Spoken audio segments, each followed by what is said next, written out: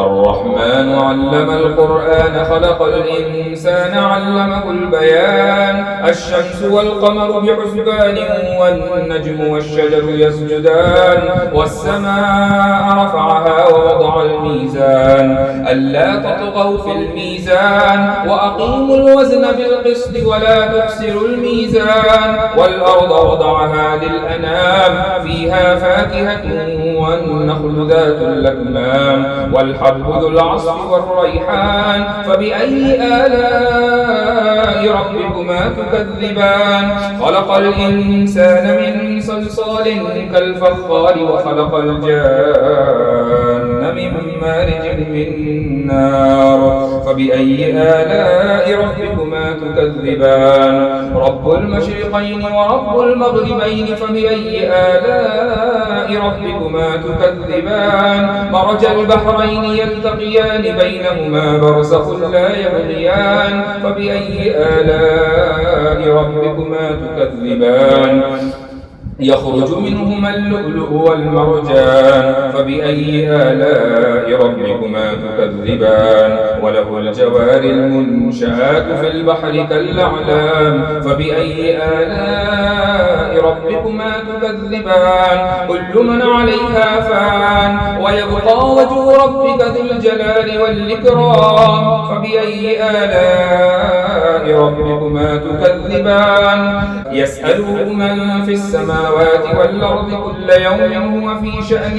فبأي آلاء ربكما تكذبان سنفرغ لكم أيها الثقلان فبأي آلاء ربكما تكذبان يا معشر الجن والإنس إن استطعتم أن تنفذوا من أقطار السماوات والأرض فانفذوا لا تنفذون إلا بسلطان فبأي آلاء ربكما تكذبان يرسل عليكما شواظ من نار ونحاس فلا تنتصران فبأي آلاء ربكما تكذبان فإذا انشقت السماء فكانت وردة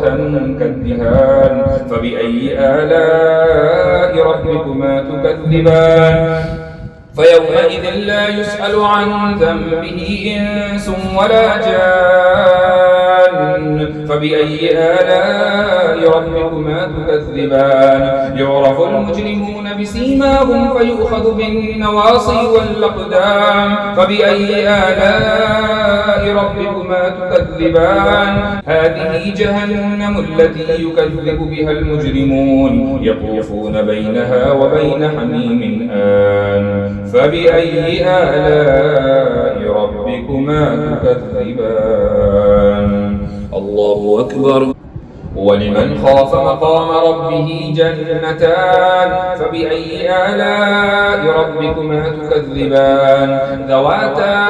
أفنان فبأي آلاء ربكما تكذبان فيهما عينان تجريان فبأي آلاء ربكما تكذبان فيهما من كل فاكهة زوجان فبأي آلاء ربكما تكذبان متكئين على فرش بطائنها من استبرق وجنى الجنتين دان فبأي آلاء ربكما تكذبان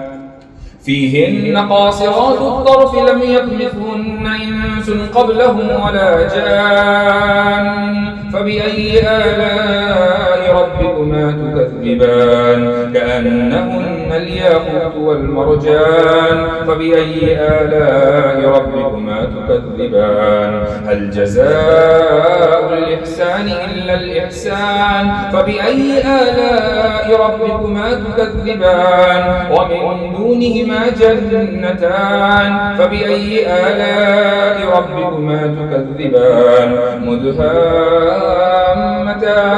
فبأي آلاء ربكما تكذبان فيهما عينان نضاختان فبأي آلاء ربكما تكذبان فيهما فاكهة ونخل ورمان فبأي آلاء ربكما تكذبان فيهن خيرات حسان فبأي آلاء ربكما تكذبان حور مقصورات في الخيام فبأي آلاء ربكما تكذبان لم يطمثهن إنس قبلهم ولا جان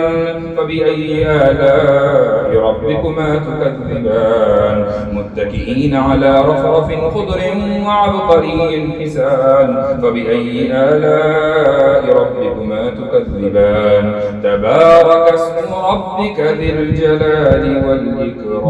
والإكرام الله أكبر.